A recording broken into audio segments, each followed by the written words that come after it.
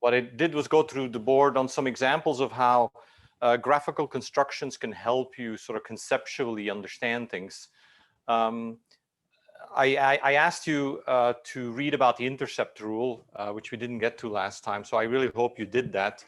Again, what the intercept rule essentially tells you that is if you have an extensive property plot, let's say like free energy, that if you want to know the partial molar quantities at some point, for example, for Gibbs free energy, that would be the chemical potentials, that at the composition of the solution, you would draw the tangent and the intercepts with the pure axis give the chemical potentials.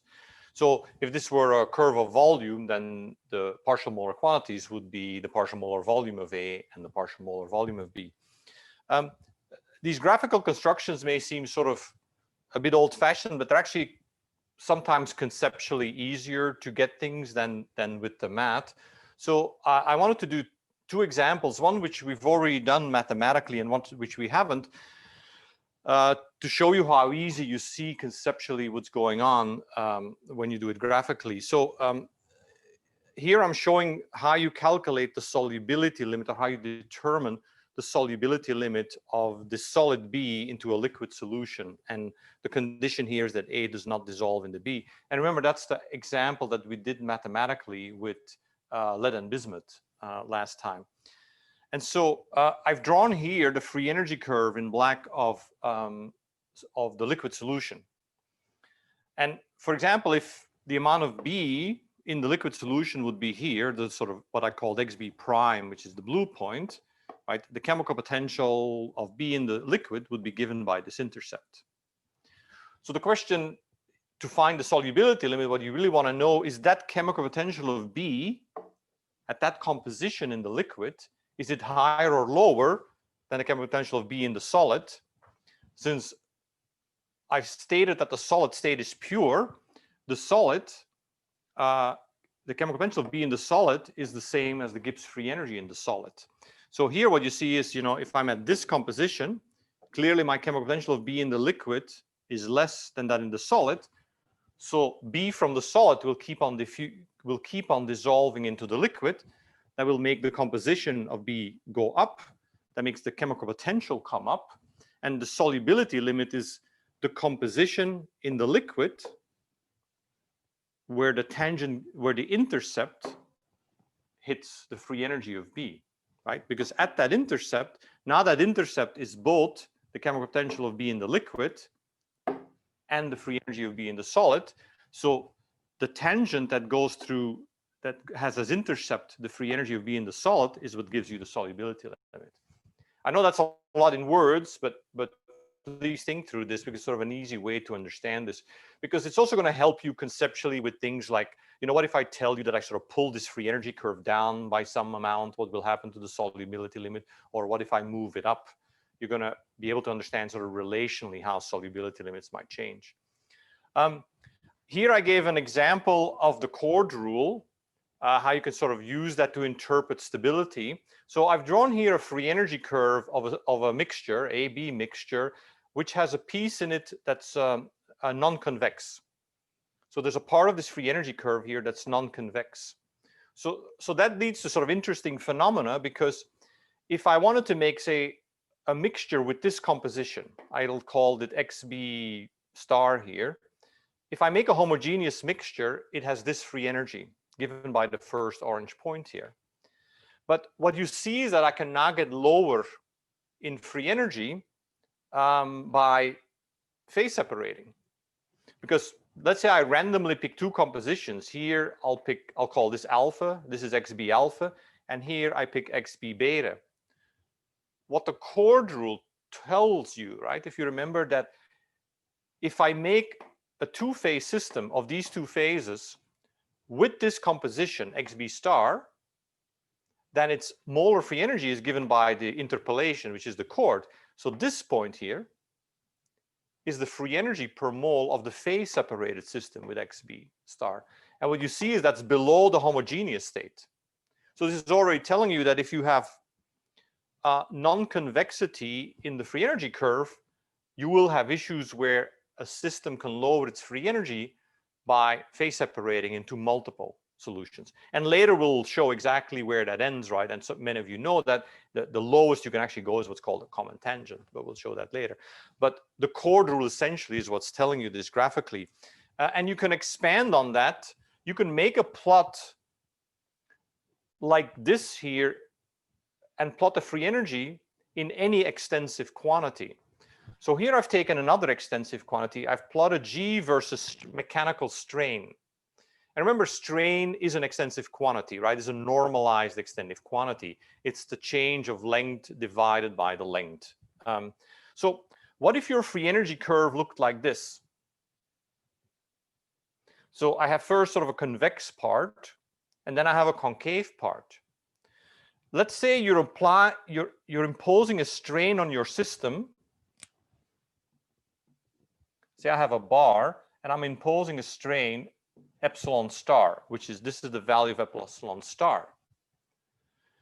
What you see is that, again, I can draw a chord that has lower free energy. So if I divide my strain into what I'll call epsilon 1 here and what I'll call epsilon 2. By the way, I should have told you before you started frantically writing, we have these pictures posted on B courses. Sorry about that. They were just posted this morning. If I separate the strain into lower and higher strain, but with the same average strain, you see that I have lower free energy, right? That this point here would be my free energy for the phase separated system. Professor, would you Yes. mind waving around a little bit? It's just a little blurry. Oh, okay. Yeah. Uh, Let's see. Why is that happening? Okay. It's better now. I think it's getting better, right? Let me watch here. I have two small monitors. Is that better? Yes, thank you. Okay, great. So what this free energy curve is telling you is that if I phase separate my strain, I can actually lower the free energy. So what's this material going to do, sort of schematically, right? It's going to make an area with lower strain, and it's going to make an area with higher strain. Let's say you're sort of pulling on the material to make the strain, right? But overall, you'll still have epsilon star because strain is additive, right? And I don't know how many of you are sort of into metallurgy and plastic deformation, but this is a known effect, right? This is actually called strain banding. It's essentially when strain does not get homogeneously distributed in your material. And sometimes that's because of the inhomogeneity of the stress you apply, but there are many situations where you actually have this happening, and materials that have a free energy curve like this. So just like you can be two-phase in composition, I think conceptually you're okay with that. You can actually be two-phase in most extensive quantities, and strain is just one of them. And so this is actually a real problem when you do plastic deformation of metals, because what you'd like to do is homogeneously deform your material, but what this will cause is that some of the material is actually more deformed than other parts of the material. So if you do things like strain hardening and so, you kind of have a real problem with that. Okay, so that's some of the examples I wanted to give for the graphical constructions. Professor? Yeah. That phenomenon requires you to have curvature, right? In your free energy again, curve. you said something about curvature. That phenomenon requires you to have curvature in your free energy, right? Yeah, and actually, so to stop this, right, you always need convexity, right? So if you have a free energy curve, right, if this is G in some extensive variable, right, let's just do this general. If you are convex, you're always stable, because if you're convex, the chord is always above the curve. Right? The chord is what gives you the inhomogeneous response, right? Inhomogeneous state. So as soon as you have concavity, you're in trouble. And you have two-phase region. You know, you could do something interesting, right? The derivative of G with respect to strain is force, right? With stress. So you should plot once how the force behaves. as a function of stress, which you're much more used to mechanically, right?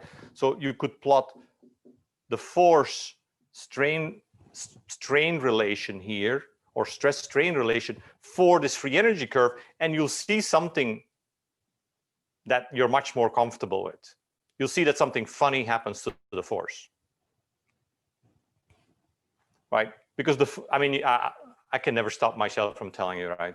I mean, the force is the derivative of this, right? So in the convex region, the derivative keeps on increasing with strain, which is what you expect, right? Force goes up as I apply more strain. But here, the force decreases. So this is a situation where the force starts to do this, right? And this is where, and this is well known in metallurgy, right? This is where strain banding starts to happen. And this has to do with actually sort of local work hardening or local work softening. So, but actually it's not an uncommon phenomenon. Actually, polymers sometimes do it too, have shear banding going on.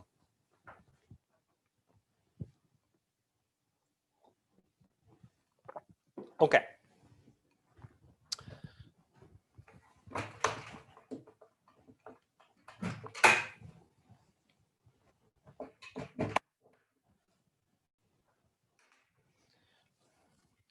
Before we continue, I want to give you an overview of sort of what we've done and where we're heading.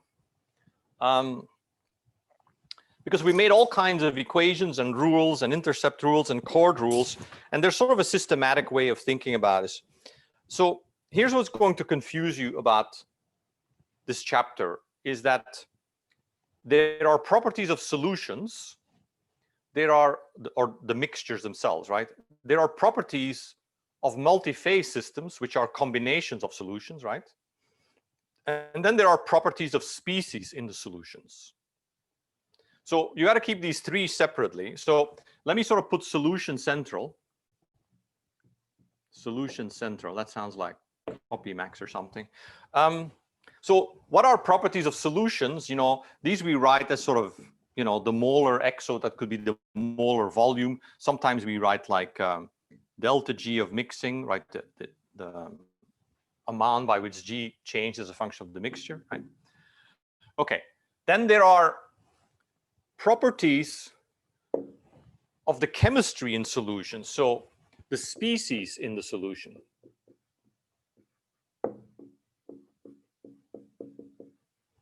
So when I have a mixture, you know, I might talk about species I, J, K.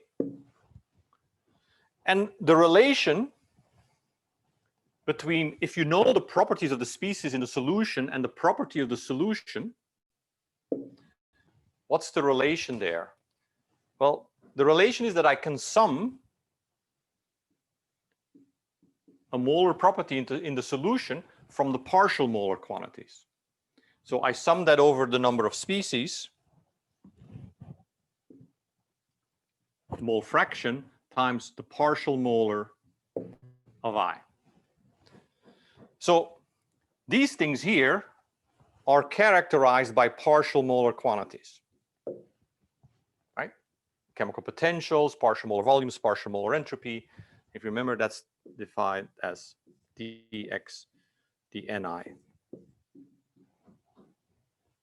So if you know all the partial molar quantities in a solution, you of course know the molar properties.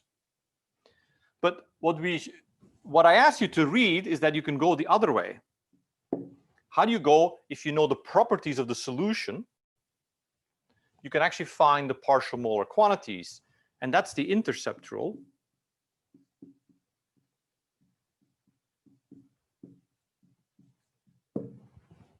Right? The intercept rule tells you that if I know these properties as a function of composition, I know the partial molar quantities. Okay. So then you have a multi-phase system. So technically, it probably should be called a multi-mixture system. Right now I have multiple solutions together, and I'll refer to them as alpha, beta, gamma, and each of them has chemical species in it, right?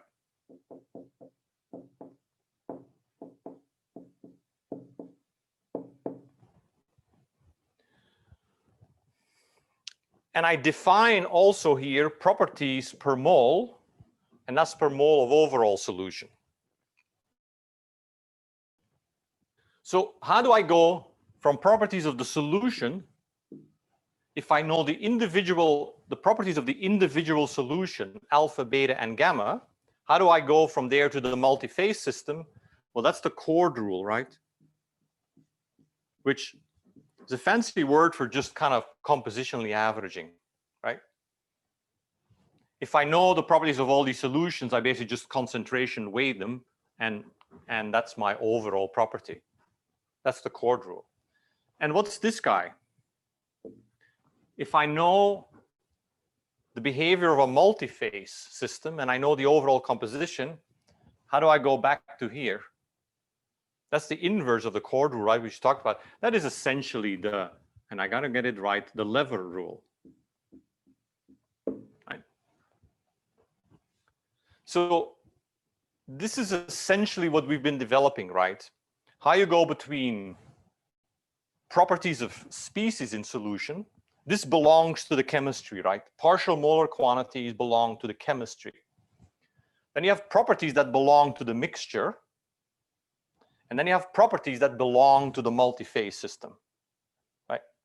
So this is the sort of picture, the mental picture you should carry with you, right? Okay, so what we're going to do today, we're going to do some very basic model building of solution, and we'll continue that on Friday. But more what we're going to do is talk a little bit about the consequence that in solution, the chemical potential of a species is reduced. And that's by definition, because if I write down the chemical potential in terms of a pure reference state,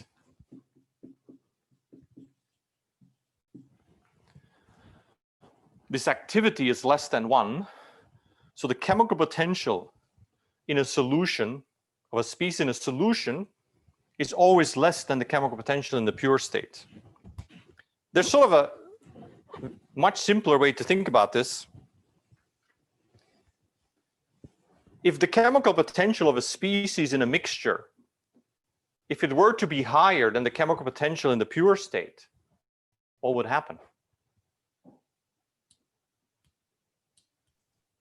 Precipitate. Yeah, exactly. It would precipitate out because, you know, life is simple as a chemical. You just go to where your chemical potential is low.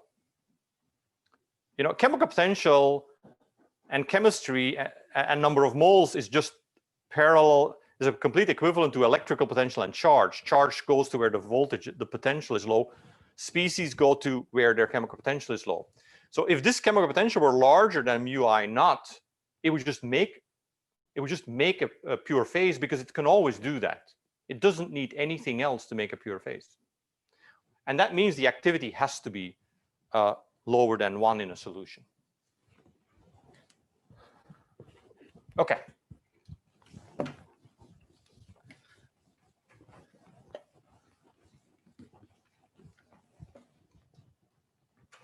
I want to first define the simplest model of solution, which is called an ideal solution.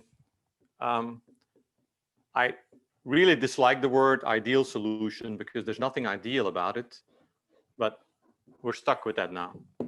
It probably should be called simplistic solution, but I don't think that's proper scientific terminology. So an ideal solution is one for which the activity is equal to the mole fraction for all components I. You can actually prove that this is too strong a criteria. If you set the activity equal to the mole fraction for one component over the full composition range, you can prove that the other ones are all Raoultian as well.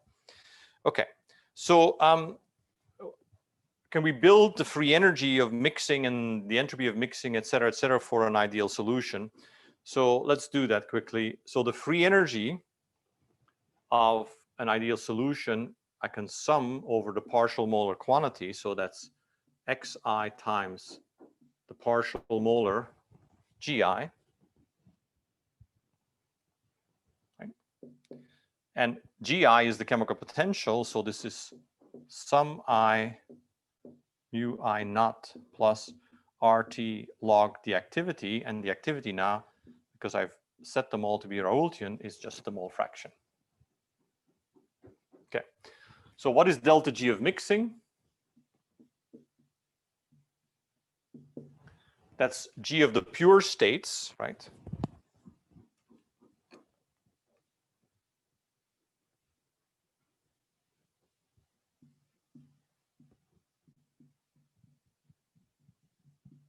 So that's before mixing. Sorry, I wrote this the wrong way.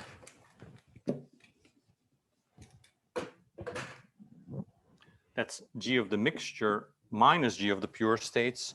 So it's minus sum I xi, and that's not underscore because that's G of the pure states.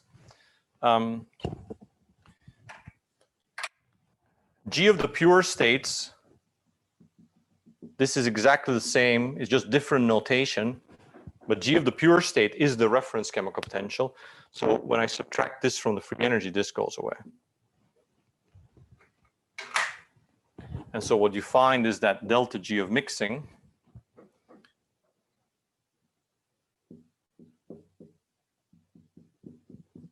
is RT sum I xi log xi.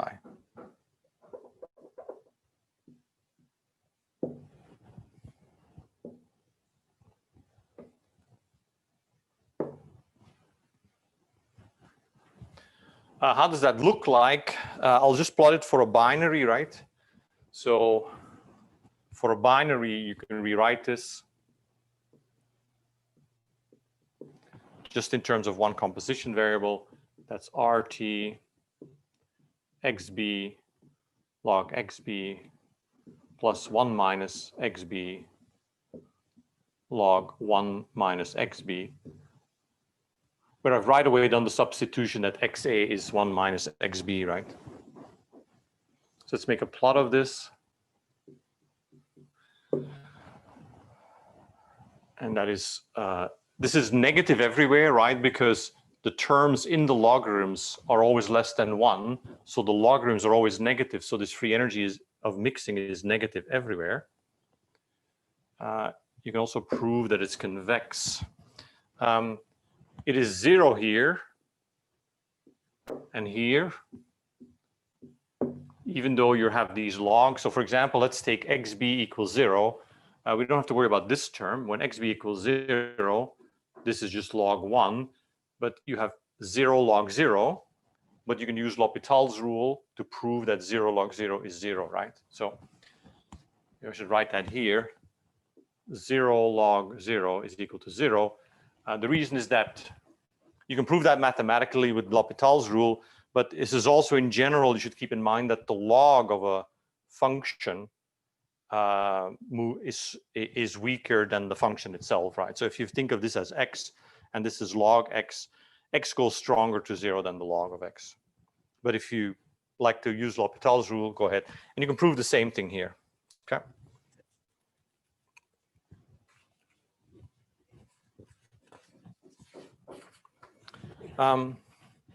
You can take the derivatives of these curves, and if you calculate the derivatives, you will find that the slope here is in infinite, and the slope here is minus infinity.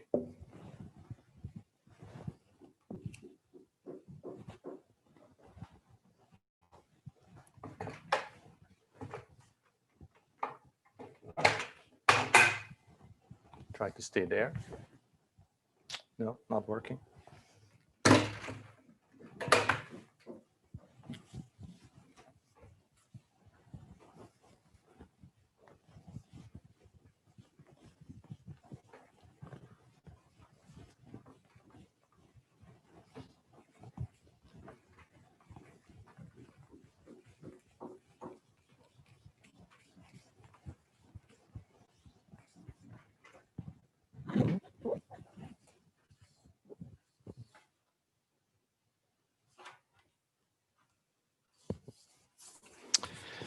Okay. How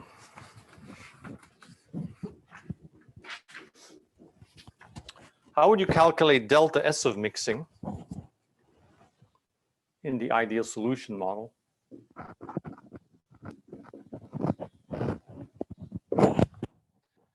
Well, if you have G, if you have delta G of mixing,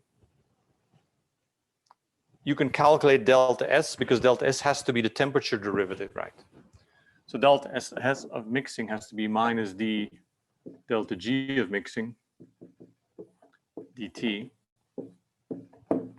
So there's only, if I go back here, there is only an explicit T.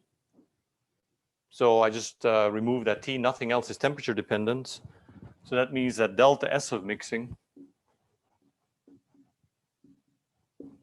is minus R sum I xi log xi for the ideal solution model.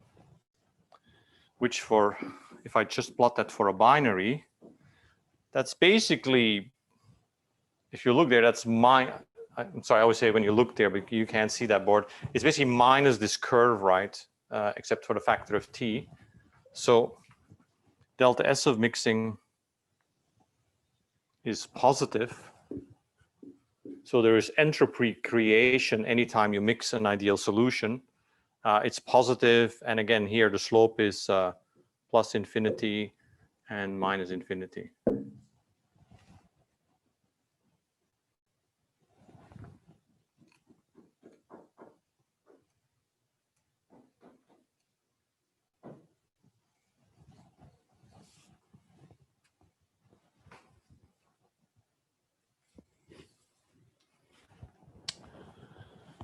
What is delta H of mixing?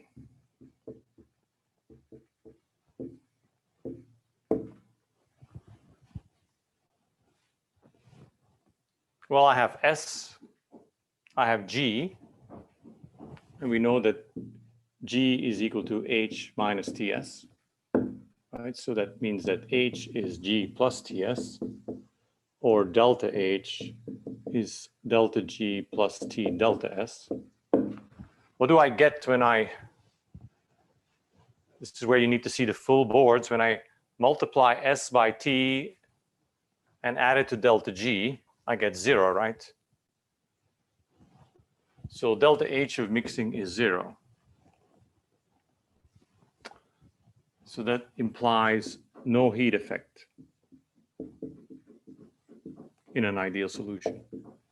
So when I mix things, as I create the ideal solution, I have no heat, no exothermicity or no endothermicity, which I think is always kind of worrisome because I thought that delta S was Q over T. And Q is H, right? Because we're doing this under constant pressure. So what's my problem here? Because obviously this isn't true, right? Delta S is this positive thing here, this x log x thing, but delta H is 0. So what's my problem?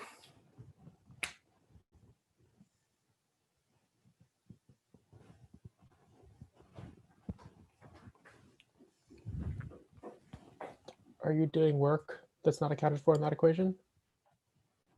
I don't have to do work.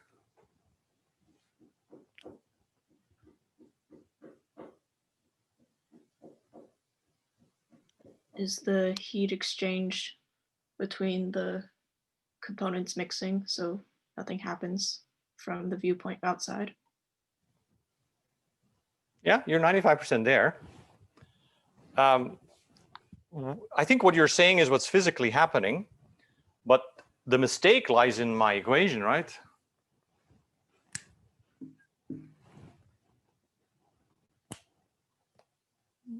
But what you actually described is what actually happens.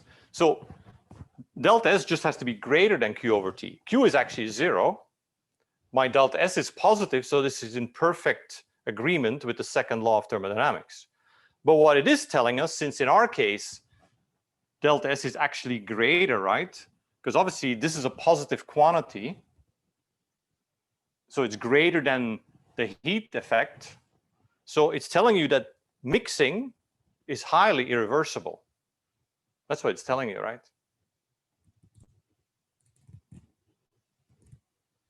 You with me on that? And I want to say no S Sherlock here, right? Mixing is pretty irreversible, right? You throw stuff in a mixture, that seems pretty easy to do. Separating it out seems pretty hard to do. So I think obviously there's some intuition here that works, right? Mixing is very irreversible. You should think once, this is kind of a subtle question. If you could invent a way in which to mix things reversibly, you think about this once. It's kind of a cool brain teaser. You kind of can, but it's non-trivial. Because just throwing stuff together in a pot is clearly irreversible.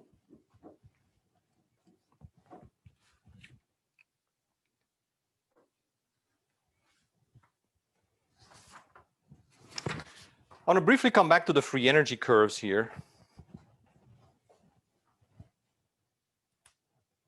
So if you calculate the derivative, which I leave up to you, but you should play a bit with this because you're going to take the derivative of these logarithms a lot in your life. If you actually calculate the derivative d delta g of mixing with respect to xb, right? So for a binary, because I have just xb here, that derivative, this way maybe you can see it, is the logarithm of xb over 1 minus xb. And I must have dropped an RT there because there has to be an RT here in front, right? But anyway. So this derivative here is infinite. What does that mean, right? So the derivative here is vertical. So what is the chemical potential of B when xb equals to 0? So I'm asking what the chemical potential of B is when there is no B, right? So I'm in pure A.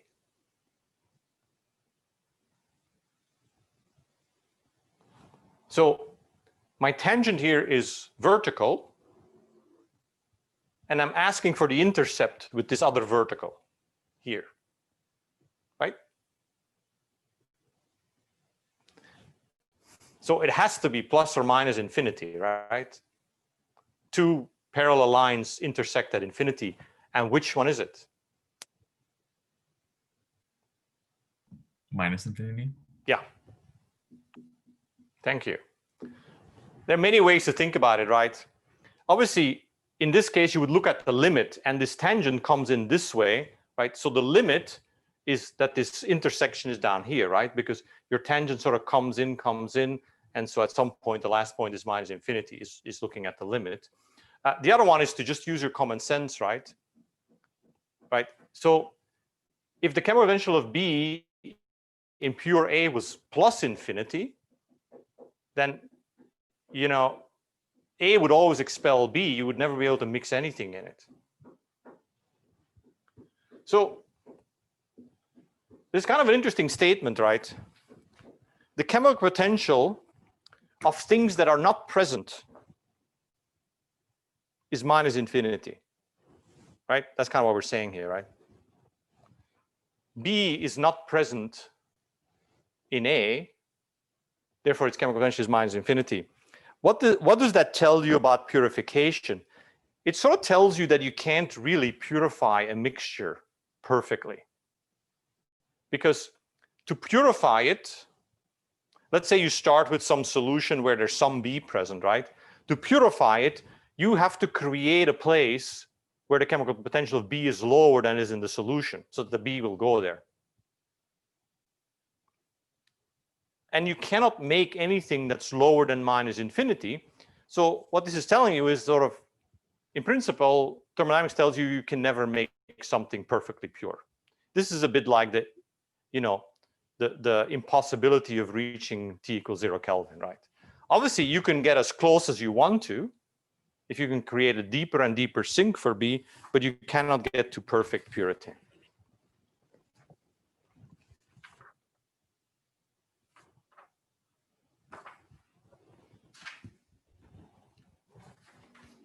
How many of you know the Gibbs phase rule?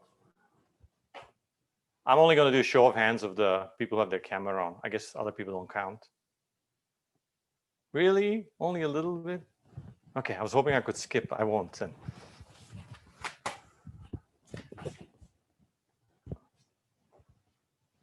Only a few of you are voting. Okay. Gibbs phase rule. Because after that comes the cool stuff, and I want to get to the cool stuff. And the Gibbs phase rule is not cool. Well, it is, but the derivation is not cool.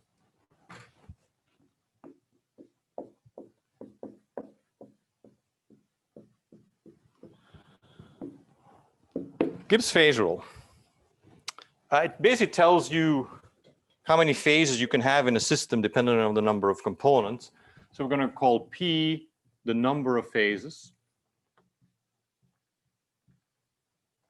and C the number of components. So the number of components is the number of chemical elements, right?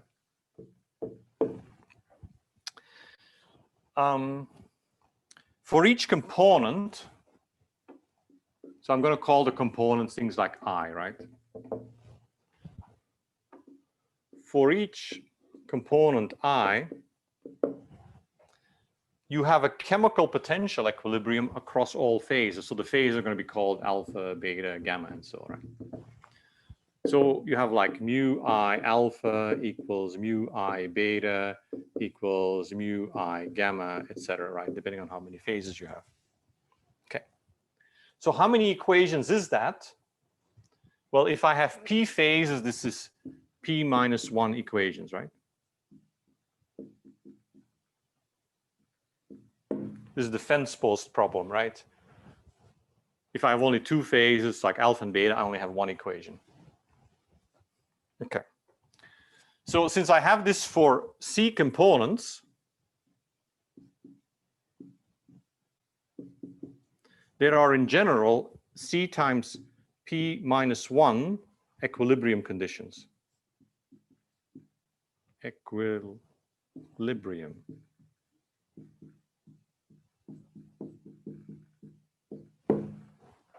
Right?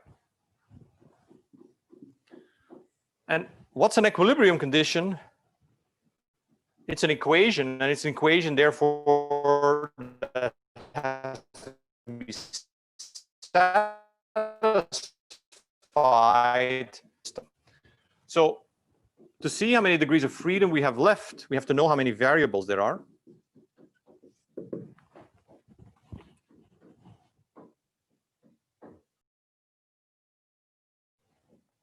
So the number of variables is temperature, pressure, and then I have a bunch of composition variables. And how many composition variables are there?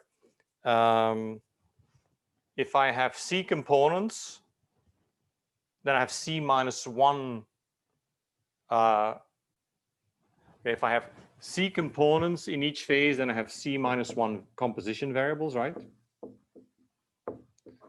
Because they're normalized to 1. And so the total is, so I have that in each phase. So the total number of variables is P times C minus 1. So this is the total number of composition variables.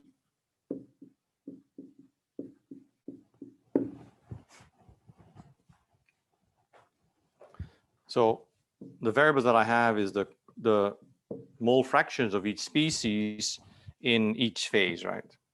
And so the amount of them is P times C minus 1. That's the composition variable, sorry. And then I have the 2, temperature and pressure. So the number of variables I have is plus 2 here. Okay, degrees of freedom is the difference between these two.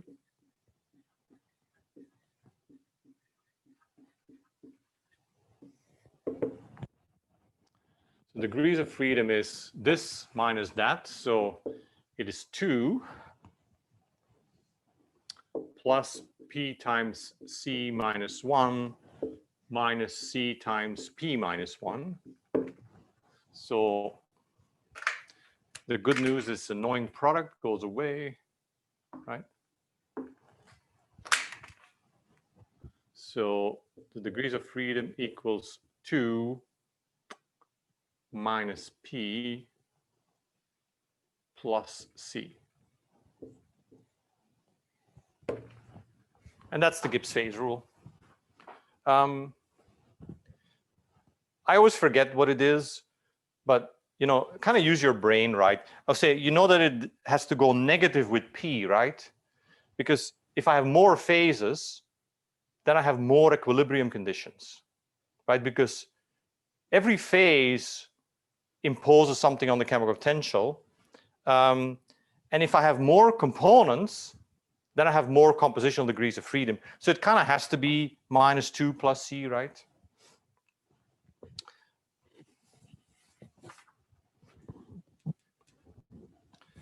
Sometimes when we do most of our material science, we work at constant pressure. So we'll take one out of these already out. We fix the pressure, and this is then is written as 1 minus P plus C. But to do a few quick examples.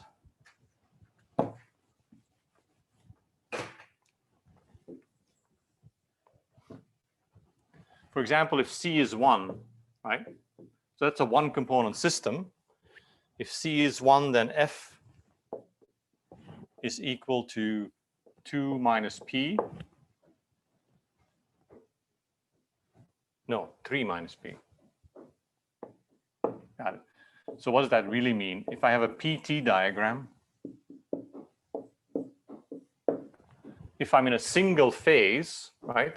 So let's say P equals 1, single phase, I have 2 degrees of freedom because I have a 2-dimensional space in which I can move my coordinate and stay in the phase. I can both change pressure and temperature independently within bounds, but I have 2 degrees of freedom.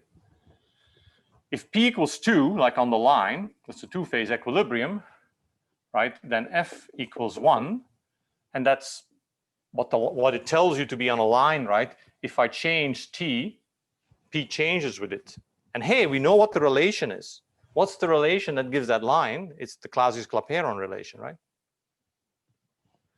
And then, of course, when P equals 3, this thing tells you that F should be 0. And that's, of course, true because that's the triple point, right? If you say, I want 3 phases to coexist, I want peace and harmony between 3 phases, then, you know, this is sort of telling you, well, you know, you got to compromise a lot because you can neither change pressure nor temperature. I'm trying to be socially responsible here, okay? The more phases you want to coexist, the more you have to compromise. Okay.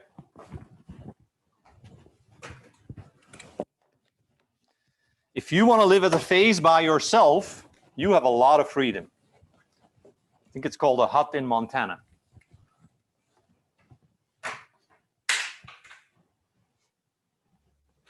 Okay, play a bit with this when you go to 2 components, right, where this gets more interesting. A lot of people start violating the phase rule when you go to higher components. I don't know why, but in my field, the battery field, people don't know the phase rule, and we see all kinds of stuff published that's like impossible. But this gets very interesting when you go to sort of, you know, like when you go to 3 components, right? Then you can have you can have 2 phases in equilibrium and still have a lot of degrees of freedom, unlike, say, with 2 components. Okay, but I want to go, okay, we only have 35 minutes and I want to get to the cool stuff. The cool kit. Okay, so I want to do some examples of equilibria between solutions. So I'm going to start with the most basic case. I'm going to take an equilibrium between 2 ideal solutions. And for the sake of argument, I'm going to call them solid and liquid. That's just so it's easier to refer to them, but they could just be alpha and beta, right? Equilibrium between a solid and a liquid ideal solution.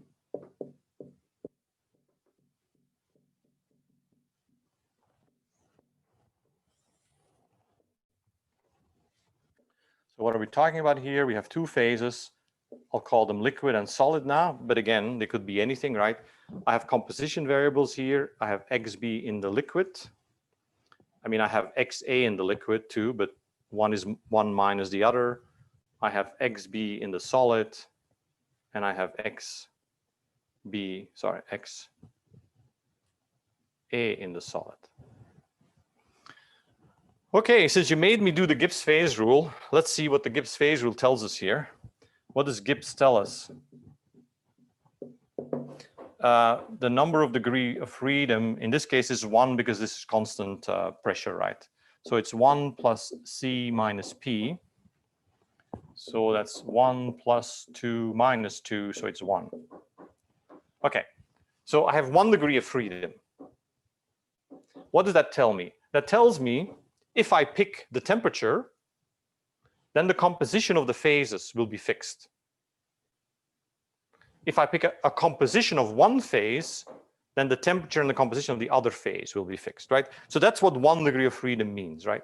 So I'm going to pick the temperature, and if Gibbs was right, the composition of these two phases, while they are in equilibrium, will have a unique value. There is only one value at which they can be in equilibrium.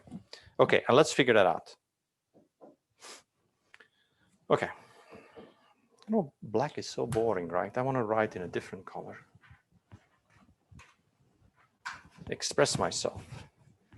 Okay, so let's just impose equilibrium for both species, right? Chemical potential equilibrium. So for A, what's the equilibrium? Mu A in the liquid has to be mu A in the solid. And the same for B, right?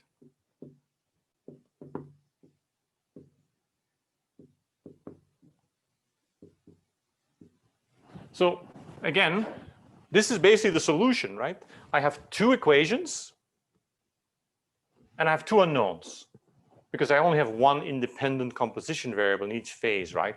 So I have to figure out what is, XB in the liquid and what is XB in the solid, because XA, of course, is always 1 minus XB. So two equations, two unknowns, voila, I'm done. Well, you're not done, but you're conceptually done, right? So let's now make your life annoying and write this out in terms of activities. So let me work that out a little. Let me do the B equilibrium. And then later I'll just substitute A for B in the equations and it'll be exactly the same. Okay, so what is mu B in the solid? I'm going to write that out here with our beloved activity. So I'm trying to generalize here, and only later am I going to put in that it's an ideal solution, right? So bear with me. I'm just now writing it with activity. So I do the same for mu B in the liquid. So that's mu B. I should have put solid here, liquid reference state, because it's a different reference state.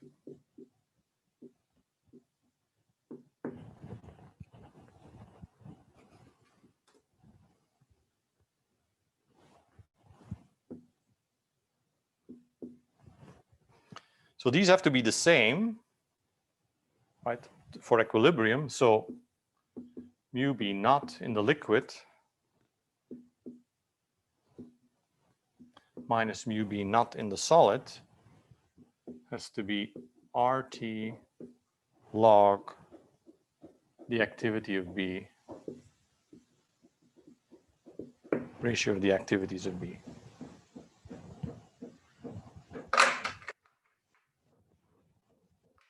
And what is this?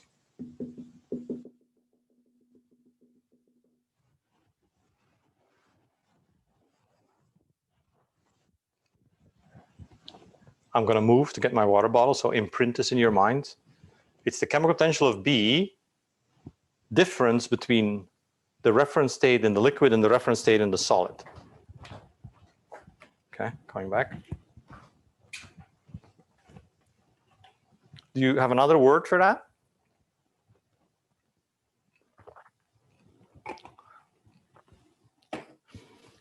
That is the free energy of melting, right? because mu B naught liquid is the free energy of the pure liquid. Mu B naught solid is the free energy of the solid. So this is delta G of melting for B.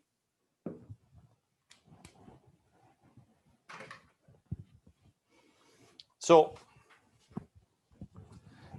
the equilibrium equation I've developed is that delta G of melting for B divided by RT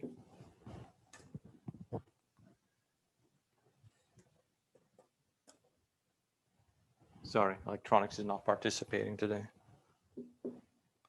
It stayed up too late last night.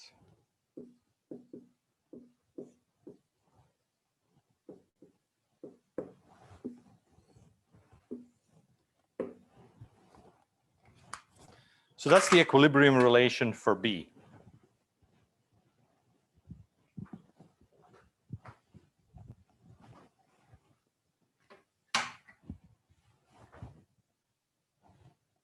Let me recap it on this board in case you can't, because we're going to work a bit with this equation.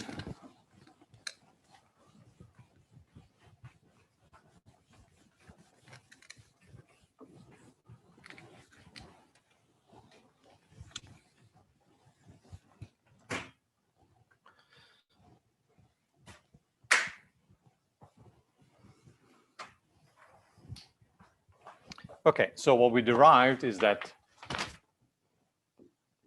delta G of melting of B divided by RT has to equal the log of the ratio of their activities.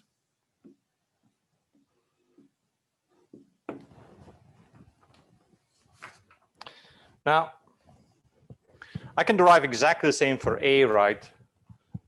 There's nothing here unique to it. I can just literally substitute B everywhere in here. So I'll get the same equation for, sorry, I can substitute A in there for A.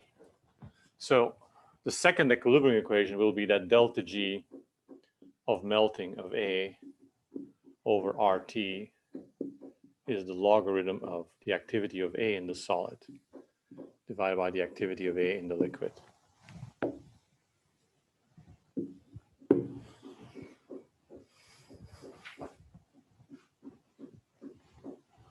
Okay, so that's our equilibrium relations. And in principle, now if I decide that my two solutions are ideal, I can put in the mole fractions here, right? I can turn this into XB solid, XB liquid, XA solid, XA liquid. XA and XB are related, right? Because they sum to 1. So I have two equations and two unknowns. So I can solve this. I call this a solid and a liquid, but in general, you could call these phases alpha and beta. So then this would be the free energy of transformation between alpha and beta, right? So here's the free energy of melting, which is the free energy as you go from solid to liquid. But in general, this would be kind of G alpha minus G beta, or vice versa. Okay, I want to solve this now for the ideal solution. Okay, so we're going to take this and solve for the ideal solution. So both phases are ideal. That allows me to stick X in instead of A here, right? And I'm going to do this in 3 temperature domains because there will be a different solution here. So I'm going to arbitrarily make the melting point of pure A the lowest and the melting point of pure B higher. And if that were not the case, I would just reverse what I call A and B, right? So I'm going to find solutions in 3 domains above the highest melting point, below the lowest melting point, and in between, because the solutions are different. Okay, so let me start with one. Temperature is less than the melting point of A, which of course means that it's also less than the melting point of B, given how I've ordered this. Okay, so I'm here somewhere. So I'm below the melting point of both pure phases. Okay, that means that the free energies of melting are positive, right? Because I'm below the melting point, so the liquid has to have a higher free energy.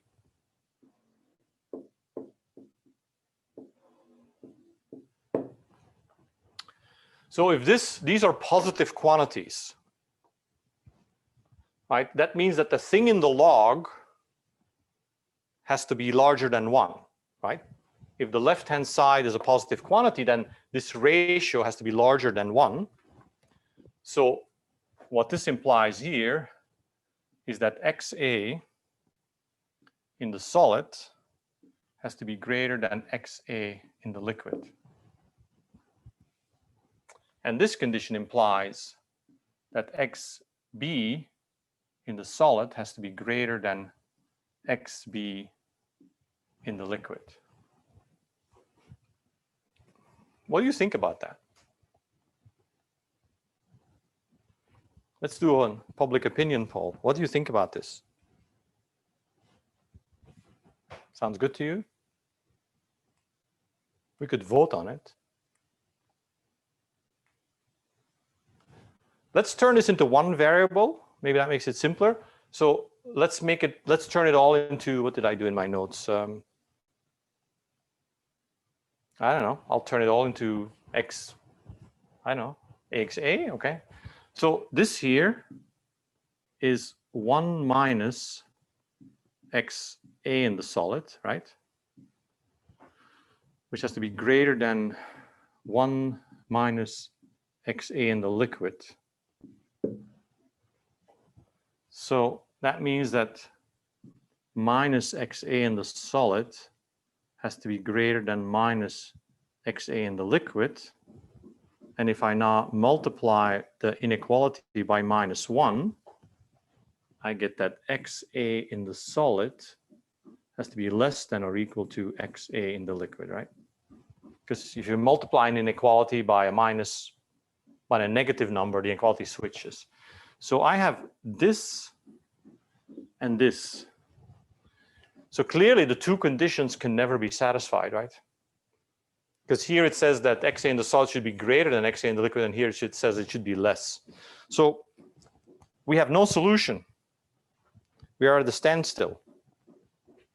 What does that mean? Like, I have no solution. What does that mean?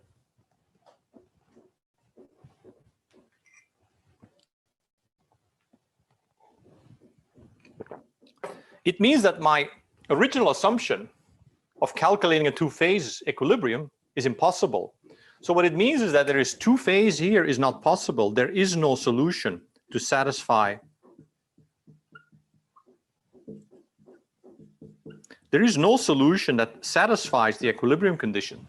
So you cannot make a two-phase solution. And I really should draw this line.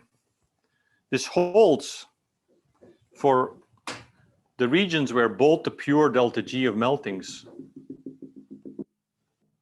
are negative. So below TMA, below TMA, there is no solution possible. You can prove that above TMB, there's actually also no solution possible. No two-phase solution. You actually just get the opposite of the two, but they're still, if I invert both equations, they're still not possible.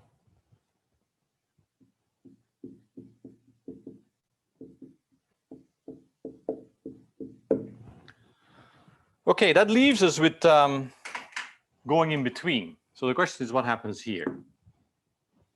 And fortunately, for this class, there is a solution there. So if the melting point, if my temperature is below the two melting points, then there actually is a solution, because then these two things have opposite sign. One of the delta G's is positive, one of the delta G's is negative, and you will find that there's a solution. So in this case, delta G of melting of A is positive. That means that XA in the liquid is less than XA in the solid, sorry, XA in the solid is less than XA in the liquid, and delta G of melting for B is positive, and that implies that XB in the solid is greater than XB in the liquid. Well, and these are both consistent, right? They're actually the same condition. So now there is a solution. And what do I know about the solution? Well, if I actually had values for delta G, I could actually find the exact XA. But basically what I know here is that there's a two-phase equilibrium between a solid and a liquid. And the condition is that the composition of the solid has to be higher than that of the liquid. So let me draw that. So that means that there's, say, some point here where this is like XB solid. And then there's some point here where this is XB liquid, right? And between them is a two-phase region. This is like a piece of art, right? Some of you are going to start to see the art appear, right? The picture I'm going to draw should start to appear, right? So I can do this as a function of temperature. But once I hit the pure melting points, this two-phase region has to vanish. So here, these 2 points have to collapse. So it's going to look something like this, right?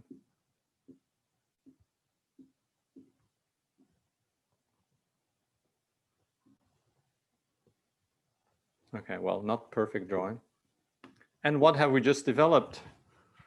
Welcome back to freshman, whatever, freshman, sophomore, a lens diagram, right? This is the lens phase diagram.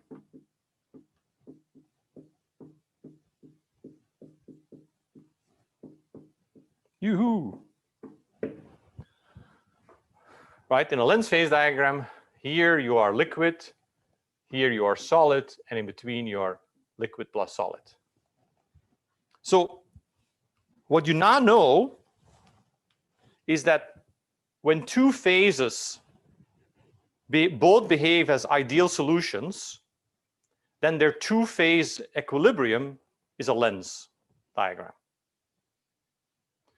Right? Because this doesn't have to be liquid or solid, right? This could be two solids, two liquids, whatever. I think this is super cool. Could you go over again why you put 2 points on? Yep. I don't see where that came from. I'm sorry. No problem. Getting from the inequality circle to that. Yeah. Okay.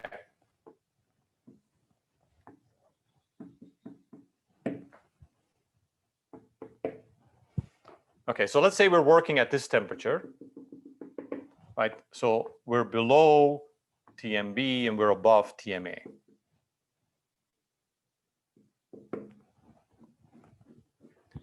I feel I say that word TMA at the dinner table way too much, but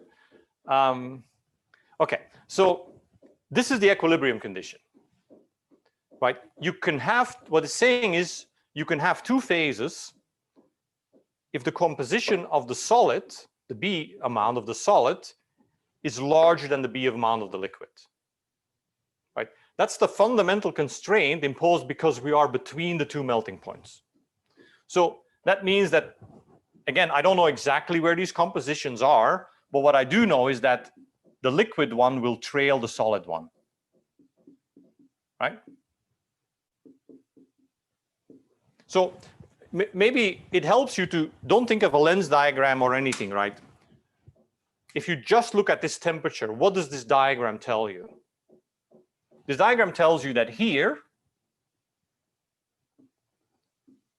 I am liquid single phase solution. Here, I am solid. I feel like that's a song title that like Beyonce or Rihanna would make, I am solid. And here, I am two-phase.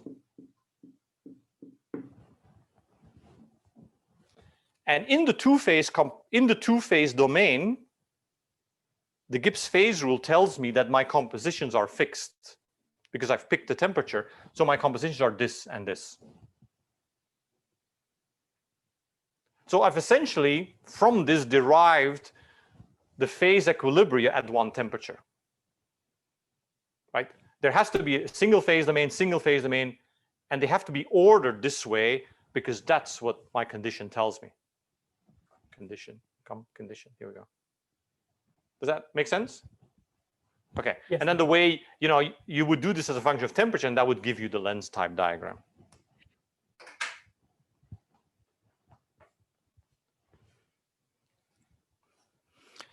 But now I want to get to the finale, because this is actually quite unusual. So even though you would think it's common because it's the most simple model, but it's actually rare that two phases in equilibrium both behave like ideal solutions. So the more common, okay, I'm going to keep that, I'm going to erase this.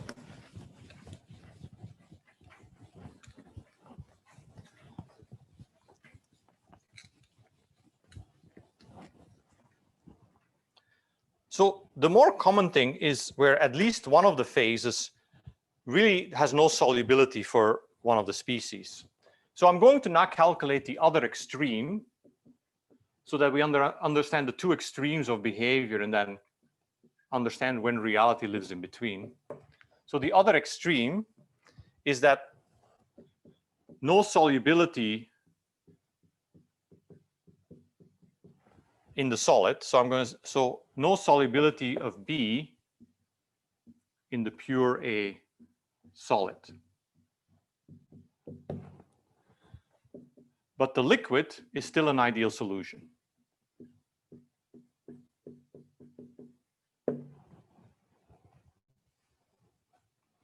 Okay, so mathematically this problem is actually easier because you now know that the composition of B in the solid has to be 0. That's basically what I'm telling you. There is no solubility of B in the solid, or means the same thing. The composition of A in the solid is 1, right?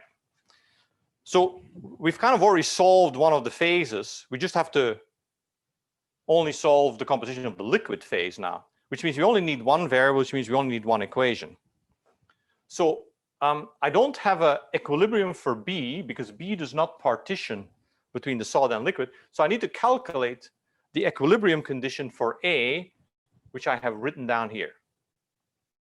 So I'm going to take that over there and plug in some numbers or make some approximations. So delta G of melting for A divided by RT is the logarithm of the activity of A, but that's 1, right? Because in the solid, I have pure A. So it's the logarithm of 1 divided by the activity of A in the liquid, which I'm going to write as Raoultian. So that's 1 minus XB in the liquid.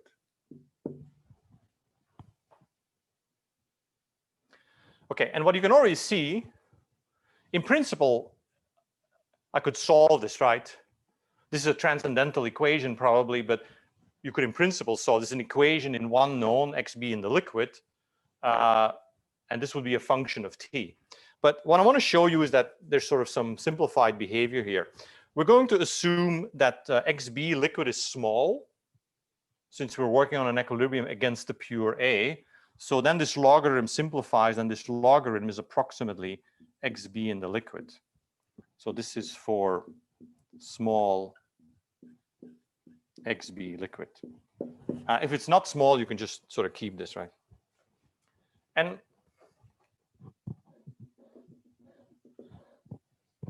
I can also calculate what the free energy of melting for pure A is, because that we have now done many times, right? I approximate this as the enthalpy of melting for A times 1 minus T over the melting temperature of A. And I know this looks super messy, but let me bring clarity here.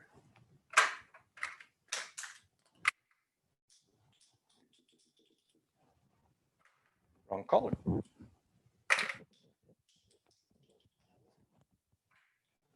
Okay, so that means that delta H of melting of A divided by R, and I'm now doing some juggling with the temperatures,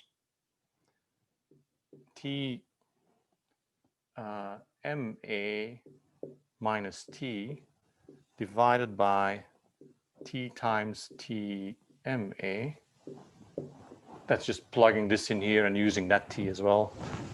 This is approximately XB of the liquid. And the approximate comes from approximating the logarithm. Okay, so since I'm looking at small excursions away from the melting point of A, I'm just going to call this now minus delta T. So this is how much I'm shifting away from the melting point. And this I'm going to, for now, just approximate as T squared, because T will stay close to the melting point of A. I mean, you could keep the original values, but it's a little simpler to do it this way. You find that XB in the liquid is approximately equal to minus delta H of melting of A times R T MA squared times delta T.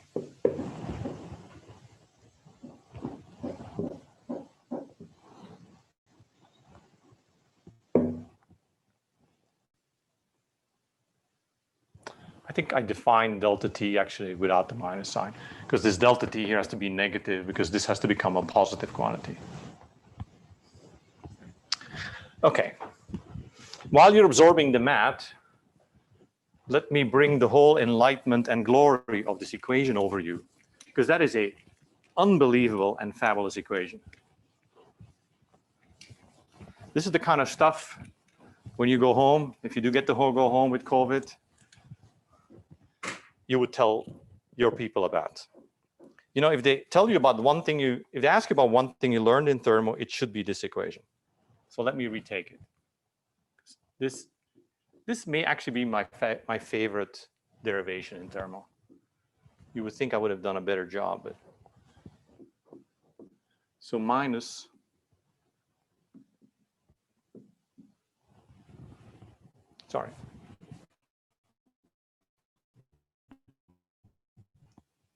delta H of melting over R T of melting of A squared times delta T.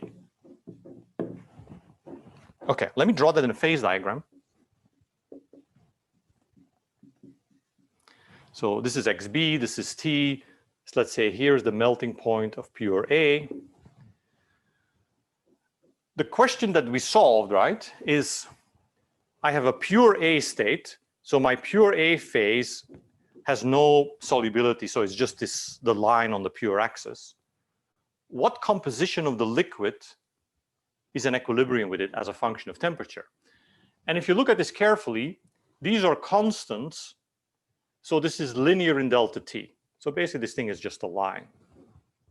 So what am I really drawn here? So here's a liquid phase domain. Here's the solid, right? The solid is collapsed onto the axis. And here's the liquid plus the solid two-phase equilibrium. So are you done writing? Because I need your full attention here. Okay, we're good? What is this equation telling you? This equation is telling you that if I add B to A, the melting point goes down. Right? Because this here is a positive quantity and I have a negative sign. But there's something remarkable about this equation. The slope of this equation has no properties of B in it. Right? There's the enthalpy of melting of A, and there's the melting temperature of A, but the stuff I'm adding is B. Doesn't that strike you as odd?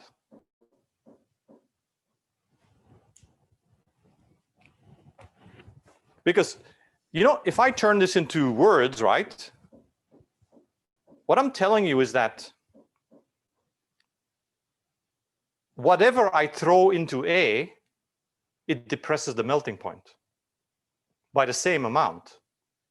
It doesn't matter what I throw in. Isn't that odd? But it's actually true. In some basic approximation, it is true. So, you know, B could have a melting point that's 1,000,000 degrees higher than A, but it would still depress the melting point of A. Hey, have you ever wondered why you throw salt on ice to melt it? Anybody here from a cold climate? This is the prom teaching in California. When I talk about throwing salt on the road, people look at me like, you throw salt on the road? This is much easier when I was teaching on the East Coast. Oh yeah, Madeline, you've been from the East Coast temporarily. Salt and ice. Why do we throw? You're muted. I'm familiar with salt. There you go. Have you ever thought, why do we throw salt on ice to melt it? Do you know what the melting point of salt is? It's 900 Celsius. But magically, we put it on water, which is 0 Celsius melting point, and the melting point goes down. This is clearly not the law of averages, right? I mean, for a person who does not know thermodynamics, you know, I'm going to start talking like in the 18th century. For the person not skilled in the art of thermodynamics, you would think salt is clearly not a good solution here, right? To melt ice, because it's 900 degrees. But it works. And it works because of this equation. Because this effect, which is called melting point depression, doesn't care about what B is.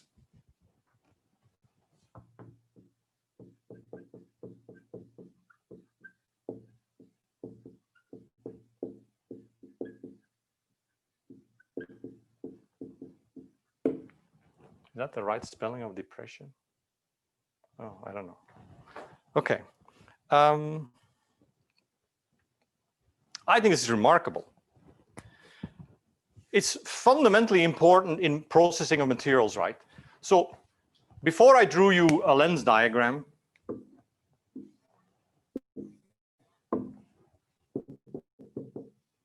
this is ideal solutions. It turns out that like very few diagrams look like that. And the reason is that, you know, in the solid, most things don't mix very well. So they definitely don't behave like an ideal solution. Actually, in the solid, most things don't mix. Your first order approximation should always be they don't mix if you don't know anything. And if they don't mix, but they mix in the liquid where most things do mix, this is what you get. And this is fabulous, right? This allows us to process materials at lower temperature by mixing them, right? This is how we can smelt aluminum oxide, right? This is how we can make aluminum by smelting aluminum oxide. We add fluxes to it like sodium fluoride and other things. This is how we can solder, right? We bring the melting point of lead and tin alloys down by mixing them. So this is all for the same reason, right? Melting point depression. So I'm going to come back to this because, but I want you to go home and think about this. I want you to understand fundamentally why this is happening. And I'm going to give you one hint, but this time I'm not giving it away. I can't stop myself, right? You should think of this when you depress the liquid, right? When you bring it to lower temperature. If you think about it, you're clearly doing something to favor it, right? Right? Because the way I see a phase diagram like this, I'm extending the stability regime of the liquid to a lower temperature. Right? So I'm clearly favoring it by adding B. So that's what I want to hear from you on Friday. Somebody who explains to me kind of in physics-y, thermodynamics-y terms without equations why you have melting point depression. And normally I would say when you go home for Thanksgiving, I know it's sad, I would say this is what you can tell your parents and grandparents you learned, but Now we'll all be stuck eating turkey on our own. But you can tell your friends over Zoom what melting point depression is. Okay, cool. We're done. I'll see you on Friday.